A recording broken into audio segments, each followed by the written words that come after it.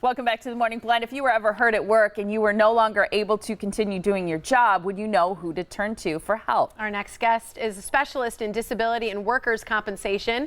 He's here to help you understand your options. Alex Eichhorn is an attorney and partner at Tabak Law. Good to see you again. Well, thank you for having me Great again. to see you. Happy Friday. Happy Friday. The weather's beautiful outside, right? Yeah, right. I love it. Let's get out and enjoy It's going to be a great weekend. Oh, yes, facetious we are. If someone's injured at work, I think that's one of those times when sometimes you're at a loss. You don't know what to do. This is what you guys specialize in. It absolutely is. And again, I know I've been on several times before, and I hope the message has gotten across that the call is free. Yeah. You give my office a call. You're going to speak with an attorney or a very skilled paralegal. My paralegal, Sarah DeSalvo, is wonderful and has been doing this for quite some time now, and will certainly be able to guide you in the right direction. The call's free. We're going to give you information that's going to best suit yourself. And oftentimes it may be that you don't need to retain an attorney immediately. So we'll give you the information to protect yourself moving forward.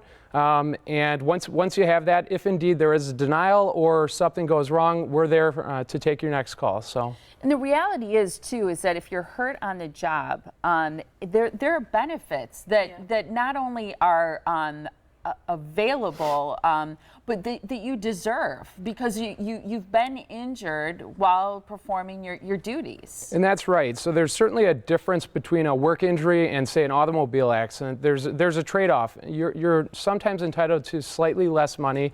You're not entitled to pain and suffering and workers' compensation. However, there's no liability. You don't have to prove liability that it was your fault or the employer's fault.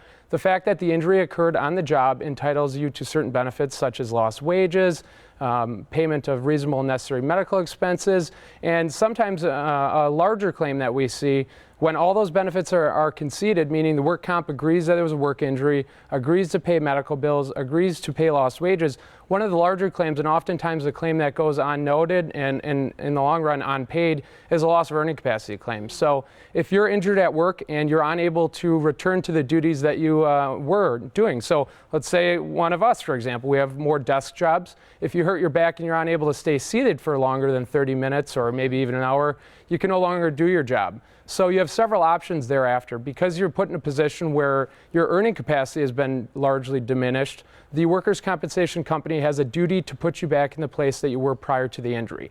So that's a claim that's never conceded, never noted by the workers' compensation company, and oftentimes, like I said, goes unpaid unless you speak with an attorney who knows the law and knows how to get these benefits for you. And they can be substantial, several $100,000 or more, if indeed you're put in a position where you cannot continue the work. So it's worth the call. Yeah. Very important. You mentioned, just to contact you, that's a free call. If someone retains you, what does it cost to have an attorney? So there's no cost at all, and we vet every client that we take on quite a bit. So I'm not taking on every client who calls. However, we do have a model of helping anyone who's injured. So if you call me, I'm going to give you the information that's necessary. It doesn't cost a single dollar, to answer your question, unless indeed we're successful in getting you benefits that you otherwise would not have received. So hypothetically, like I said, we could take on your claim and attempt to help you. And if in the end we're unfortunately unable to, which is infrequent, you wouldn't pay us a dollar. We request your medical records, we request reports from doctors,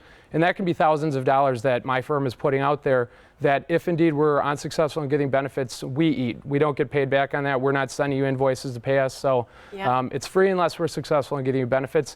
And then it's only 20%. It's not your standard third rate like in a personal injury claim. So it's a lot less than a personal injury claim. Yeah, I would think a fifth rather than a third. I would think a lot of people are confused when they've been injured at work. And I would think some of the questions are, is this something where I'm entitled to certain benefits? That they're just not quite sure. Right.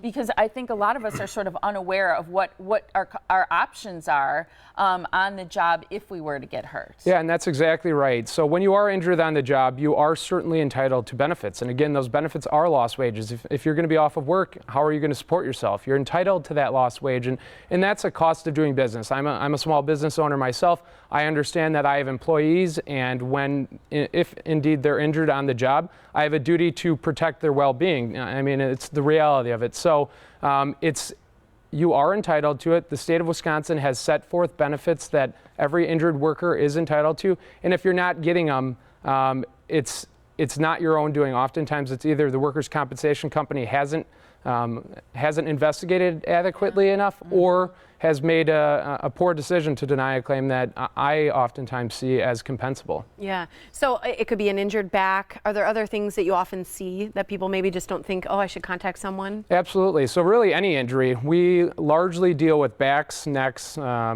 injuries of the head, whether it be post-traumatic headaches or after some traumatic injury. But shoulders are a common one. I was in court just last week with an individual who had worked for a company for 25 years doing real heavy lifting out in front of her body, and after 25 years, both of her rotator cuffs needed surgical repair. And unfortunately, the workers' compensation company did not see a correlation between her doing this for 25 years and this degenerative condition being accelerated. So they denied coverage, and we were able to get her the benefits that she deserved in the end. So it was a win. I know what that surgery's like, and That's it's not important. pleasant. Yeah. So And if you need you're not both of opting them- to do that surgery for fun. Yeah. Definitely true. It's really Good for great. you. Yeah, Yeah. so people should just call you, contact your office, set up an appointment. It doesn't cost anything to do that consultation. It also doesn't cost anything for you to represent them. It's only if they win, they pay Yes. that 20%. percentage. And if for some reason it's not successful in court, then they pay nothing. That's exactly right. It pays to make the call if you're injured at work or have questions about it. It's 414-351-4400.